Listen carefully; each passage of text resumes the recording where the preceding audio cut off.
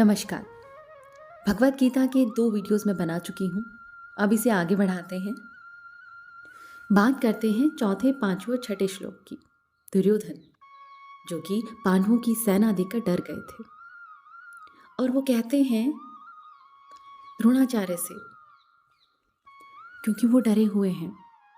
दुर्योधन के सामने कुछ ऐसे योद्धा हैं जिन्हें वो विजय पथ में बाधक मानते हैं, क्योंकि इनमें से प्रत्येक योद्धा भीम अर्जुन के समान दुर्जय है। उसे भीम या अर्जुन के बल का ज्ञान था, इसीलिए वह अन्यों की तुलना इन दोनों से करता है। इसके साथ ही धृष्टकेतु, चेकितान, काशीराज, पुरुजित, कुंतीभोज, शव्य जैसे महान शक्तिशाली योद्धा भी हैं। पराक्रमी युधामन्यु अत्यंत शक्तिशाली, सुभद्रा का पुत्र, द्रौपदी के पुत्र, ये सभी महारथी हैं। फिर दुर्योधन अपनी टीम में देखता है और उन्हें लगता है कि मेरे पास भी बहुत अच्छे योद्धा हैं। मेरी सेना में आप हैं, भीष्म हैं, कर्ण हैं, कृपाचार्य है, अश्वत्थामा है, विकर्ण है, सोमदत्त के पुत्र हैं, और ये हमेशा विजयी रहे हैं। ऐसे अनेक वीर हैं जो मेरे लिए अपना जीवन त्याग सकते हैं। इस तरह दुर्योधन तुलना कर रहे थे, और इस तरह युद्ध की शुरुआत करने के लिए सभी ने अपने शंख बजाने शुरू कर दिए। लेकिन जानते हैं दूसरी ओर कौन थे? सफेद घोड़ों द्वारा खींचे जाने वाले विशाल रथ पर आसीन कृष्ण। पता है क्यों?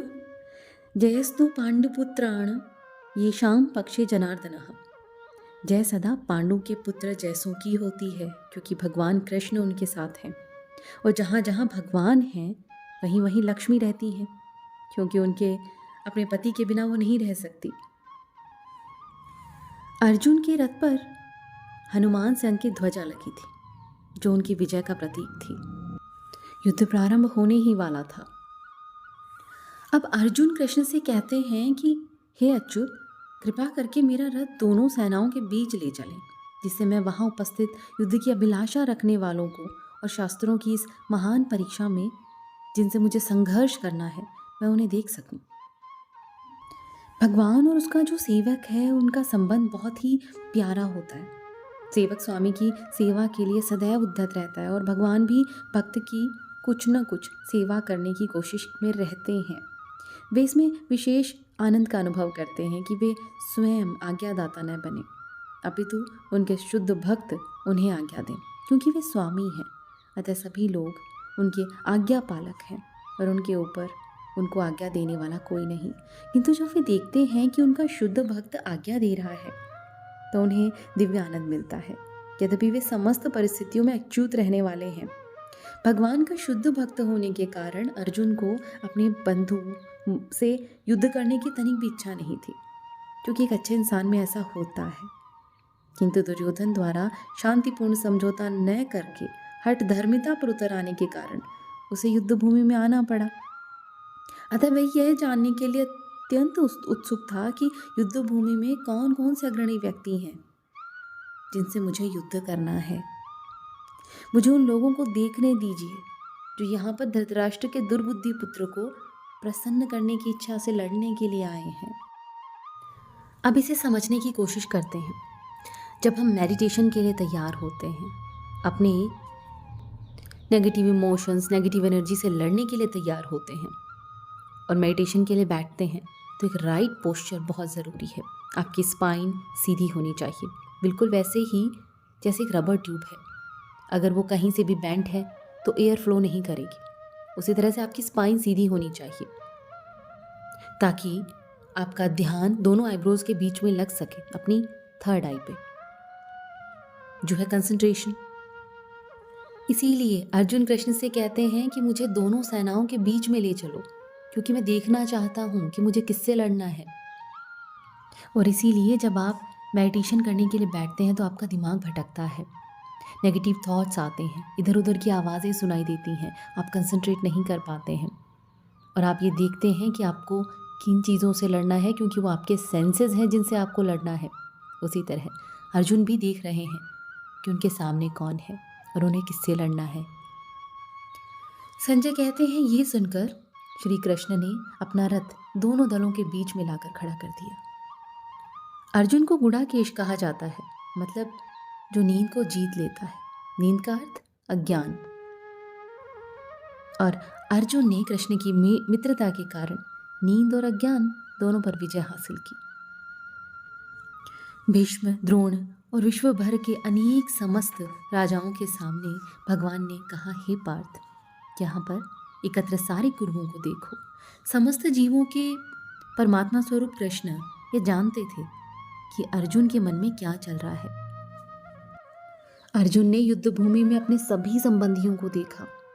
वे अपने पिता के समकालीन सारे व्यक्ति उन्हें देख रहे थे और उन्हें देखकर अर्जुन कहने लगे, हे कृष्ण, इस प्रकार युद्ध की इच्छा रखने वाले अपने मित्रों और संबंधियों को अपने सामने देखकर मेरे शरीर के अंग कांप रहे हैं। क्योंकि जो एक अच्छा इंसान होता है, जो ईश्वर में ध्यान लगाता है, उनकी भक्ति करता है, उसमें वो सारे सद्गुण रहते हैं जो देवताओं में पाए जाते हैं। और इसीलिए अपने लोगों को देखकर करुणा आ जाती है, जिससे युद्ध करने का निश्चय नहीं हो पाता। यहाँ पर अपने विपक्षी दल के सैनिकों की आसन्न मृत्यु को देखकर भी अर्जुन उन पर दया कर रहे थे। अर्जुन कहने लगे, मेरे हाथ से मेरा धनुष खिसक रहा है, मेरी त्वचा जल रही है। ये लक्षण अर्जुन में डर की वजह से नहीं थे, बल्कि जीवन की हानि की वजह से थे। अर्जुन कहने लगे, मैं यहाँ और अधिक खड़ा रहने में असमर्थ हूँ, मैं अपने आप को भूल रहा हूँ, मेरा सर चकरा रहा है। हे कृष्ण, मुझे तो केवल अमंगल के कारण दिख रहे हैं। ये मोह था। भौतिक वस्तुओं के प्रति अत्यधिक आसक्ति के कारण मनुष्य में ऐसी मोहमयी स्थिति आ जाती है। हम सबके जीवन में इसी तरह के संकट हर पल आते हैं, जहाँ हमें डर लगता है कि लाइफ के जो चैलेंजेस हैं वो हम कैसे फेस कर पाएंगे। लेकिन हम भूल जाते हैं कि यहाँ हम क्यों आए हैं। क्योंकि जब मनुष्य को अपनी आशाओं में केवल निराशा दिखती है, वो सोचता है कि मैं यहाँ क्यों हूँ। प्रत्येक प्राणी अपने में तथा अपने स्वार्थ में रुचि रखता है, किसी की भी परमात्मा में रुचि नहीं होती। कृष्ण की इच्छा से अर्जुन अपने स्वार्थ के प्रति अज्ञान दिखा रहा है, क्योंकि मनुष्य का वास्तविक स्वार्थ कृष्ण है, ईश्वर है। और मनुष्य से भूल जाता है, उसे लगता है कि वो जो इस भौतिक जगत में देख रहा है वही सच है, और इसीलिए वो दुखी हो जाता है।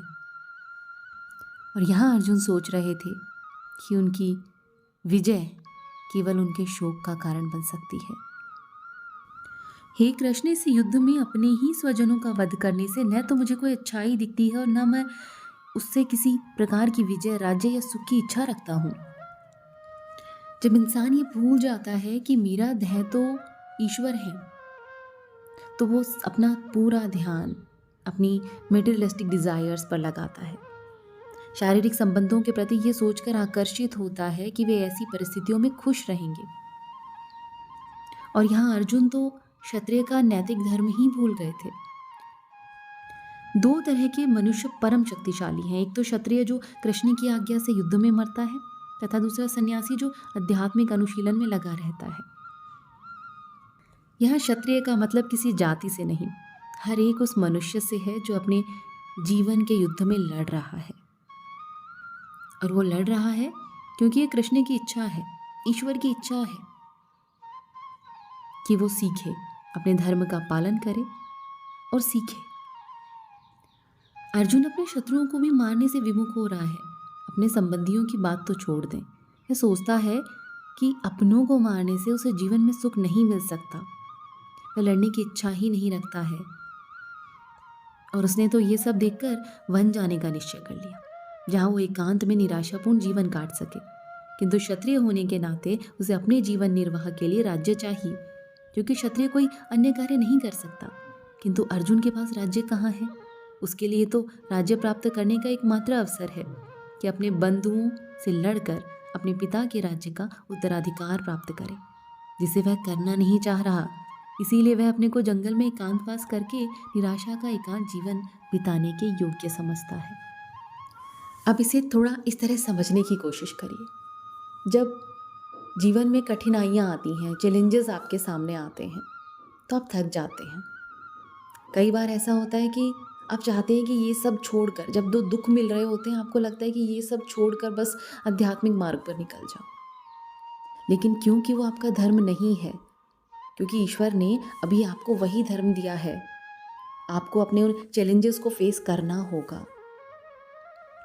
जब आपके अंदर की प्रवृत्ति है कि आपको मटेरियलिस्टिक चीज़ें चाहिए, वहीं रहना है, वो आपका मन कहता है, लेकिन सिर्फ चैलेंजेस की वजह से आप उन चीज़ों से अगर दूर भागते हैं, तो स्पिरिचुअल पाथ पर आगे जाकर भी आप ईश्वर से अपनी नज़दीकियाँ नहीं बढ़ा पाएंगे। क्यों? क्योंकि आपके मन में हमेशा कुछ अनफुलफिल्ड डिज़ायर्स रहेंगी, वो इच्छाएं जो कभी पूरी नहीं हुई। आपका ध्यान हमेशा वहाँ रहेगा, आप निराश रहेंगे। क्यों? क्योंकि ये आपकी प्रवृत्ति नहीं थी जो आप कर रहे हैं।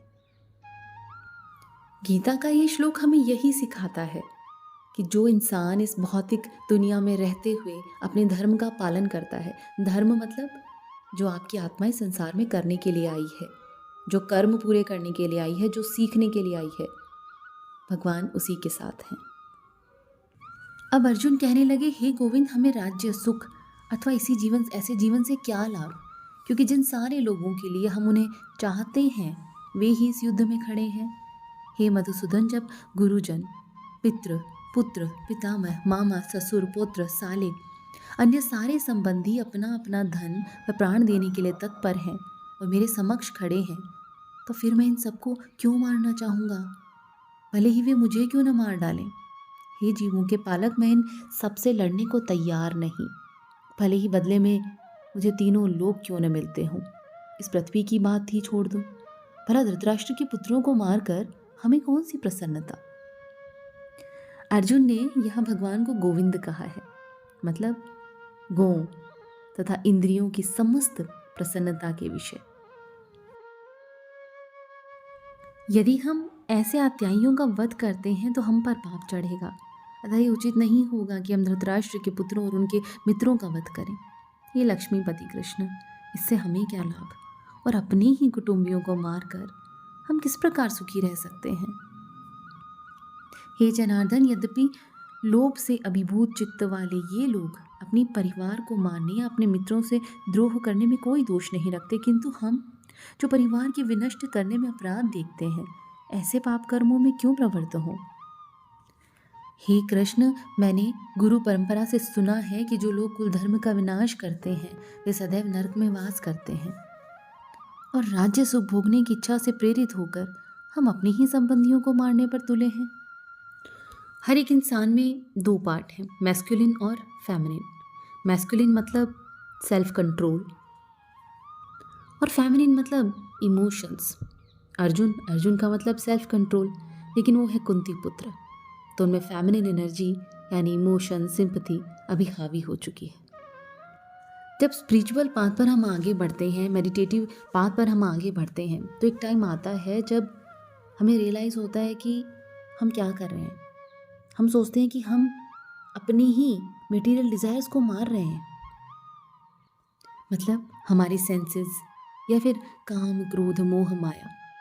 एक स्टेज ऐसा आता है जब हमें लगता है कि ये सब है तो हम हैं, अगर मेरे अंदर इच्छाएं ही नहीं तो मैं कहाँ हूँ। मेरे जो इमोशंस हैं, मेरे जो सेंसेस हैं, ये ही तो मैं हूँ, और अगर मैं इन्हीं से लड़ूंगा, मैं इन्हीं मार दूंगा, तो मेरी एग्जिस्टेंस क्या है। और क्योंकि यहाँ एक मनुष्य भूल जाता है कि वो एक आत्मा है। बहुत सारे लोग जो स्पिरिचुअल पाथ पर होते हैं, उनके दिमाग में एक क्वेश्चन आता है कि जो सेंसेस हमें दिए गए हैं ये एंजॉय करने के लिए दिए गए हैं, और अगर हम यही नहीं करेंगे तो फिर इनका क्या मतलब। तो यहाँ मनुष्य सोचता है कि नहीं, मुझे अपनी इन मटेरियल डिज़ायर से, अपने सेंसेस से नहीं लड़ना। अब वो सोचता है कि इतने जन्मों जन्मों तक, इतने सालों तक ये जो मेरे सेंसेस हैं, मेरी जो इच्छाएं हैं, मेरे अंदर रही हैं, मेरी बॉडी में रही हैं। जैसे ही आप स्पिरिचुअल पाथ पर चलते हैं, आप मेडिटेटिव पाथ पर चलते हैं, आपके अंदर के जो संस्कार हैं, जो जन्मों जन्मों के संस्कार हैं, आपके सबकॉन्शियस माइंड में जो सब स्टोर है, वो सरफेस पे आने लगता है और आप घबरा जाते हैं। आपको लगता है कि जो मज़ा है वो इस जीवन में है, ज़िंदगी में है, भौतिक चीज़ों में है, और उन्हें छोड़ने से आप डरते हैं, उन्हें मारने से आप डरते हैं कि मैं अकेला रह जाऊंगा। और इस तरह अर्जुन बैठ चुके थे, युद्ध से पहले ही हार मान चुके थे। क्षत्रियों के युद्ध नियमों के अनुसार ऐसी प्रथा है कि नित्य तथा विमुख शत्रु पर आक्रमण न किया जाए, किंतु अर्जुन ने निश्चय किया कि वे शत्रु भले ही इस विषम अवस्था में उन पर आक्रमण कर दें, किंतु वे युद्ध नहीं करेंगे। उसने इस पर विचार नहीं किया कि दूसरा दल युद्ध के लिए कितना उद्धत है। इन सब लक्षणों का कारण उसकी दया दृढ़ता है, जो भगवान के महान भक्त के होने के कारण उत्पन्न होती है।